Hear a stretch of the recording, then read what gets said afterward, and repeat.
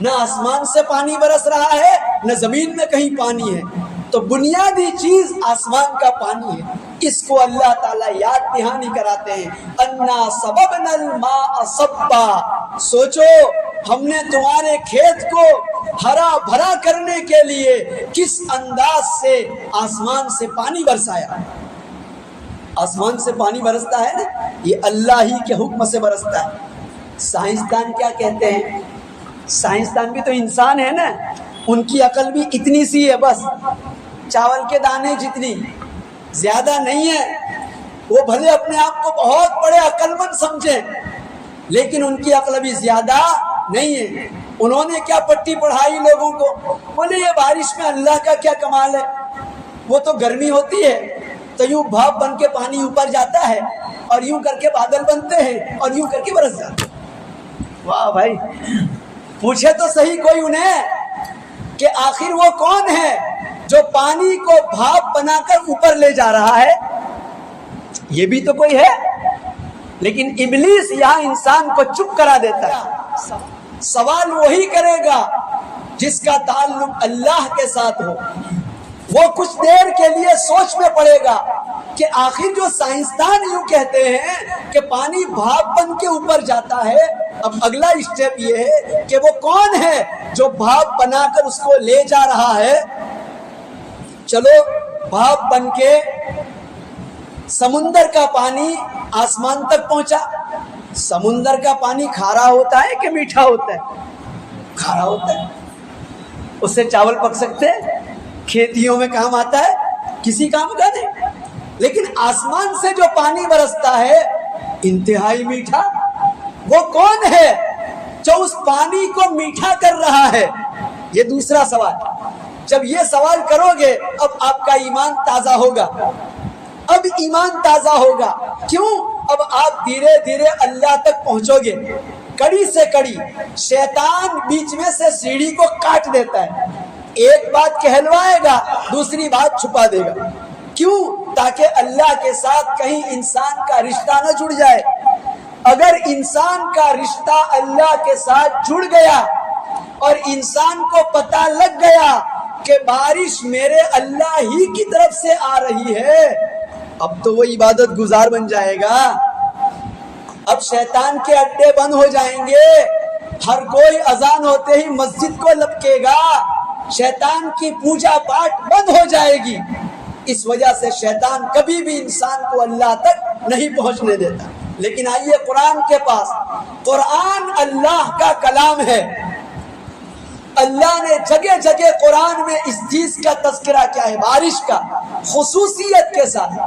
اسی لیے ہمیں قرآن پڑھ کر یہ سمجھ میں آیا کہ ہم یہ سوال کرتے ہیں کہ بارش کا پانی نہایت کھارا، کون ہے جو میٹھا کرتا ہے پانی؟ تیسرا سوال، سمندر سے اٹھنے والا بھاپ کی شکل کا پانی گرم ہوتا ہے، بھاپ گرم ہوتی ہے نا، لیکن آسمان سے برسنے والا پانی نہایت ٹھنڈا۔ وہ کون ہے جو پانی کو فلٹر بھی کر رہا ہے اور پانی کو ٹھنڈا بھی کر رہا ہے؟ یہ کون ہے؟ چوتھا سوال، وہ کون ہے جو پانی کو آسمان سے قطرے کی شکل میں اتارتا ہے، قطرہ قطرہ، بوند بوند، ٹیپا ٹیپا کر کے اتارتا ہے؟ اسی کو اللہ کہتے ہیں انا سببنا الماء صبا۔ ذرا دیکھو بارش کو، ہم چاہتے تو پانی یوں ڈال دیتے جیسے تم بالٹی بھر کے پانی اونڈیل دیتے ہو، یا پورا ٹینکر پانی کا ایک دم سے پھٹ جائے تو پانی سارا ایک ساتھ آ جائے گا نا نیچے۔ تو یہ جو بادلوں کے ٹینکر تم کو نظر آتے ہیں، بھار سکتے تھے ہم، سیدھا ایک ساتھ پانی آ جاتا، نہ تم رہتے، نہ تمہاری گاڑیاں رہتی، نہ تمہاری کھیتیاں رہتی، لیکن ہم نے پانی کو قطرہ قطرہ کر کے برسایا۔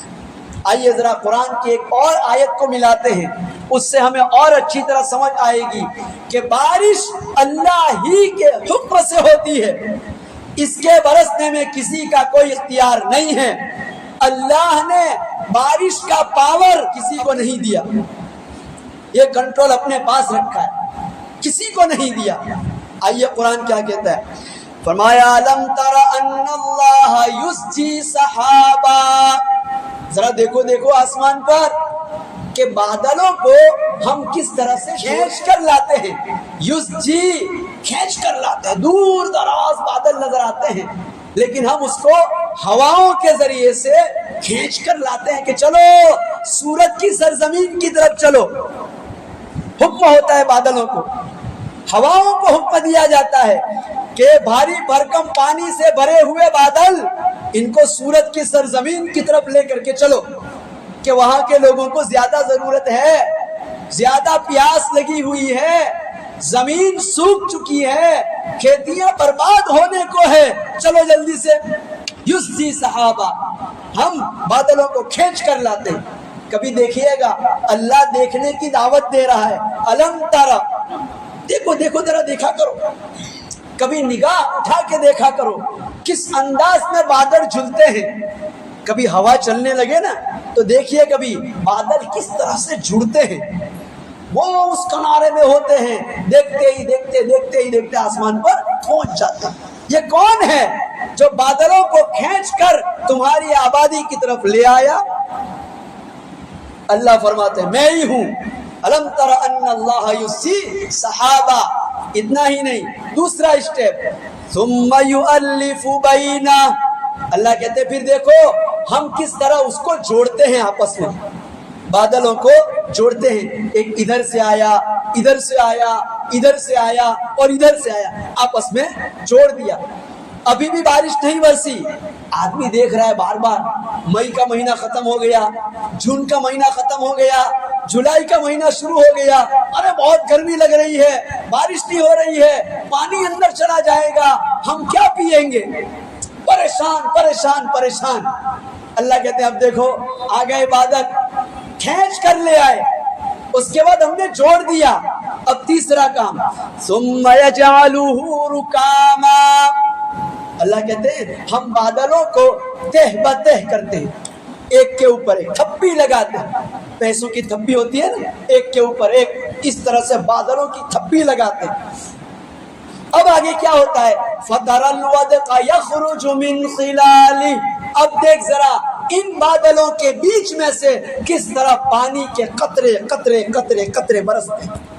کبھی دھیرے دھیرے تو کہتے ہیں رم جم بارش ہو رہی ہے، ہلکی ہلکی پھوار ہو رہی ہے، اور کبھی مسلا دھار، تب کہتے ہیں بے مار برسات ہو رہا ہے.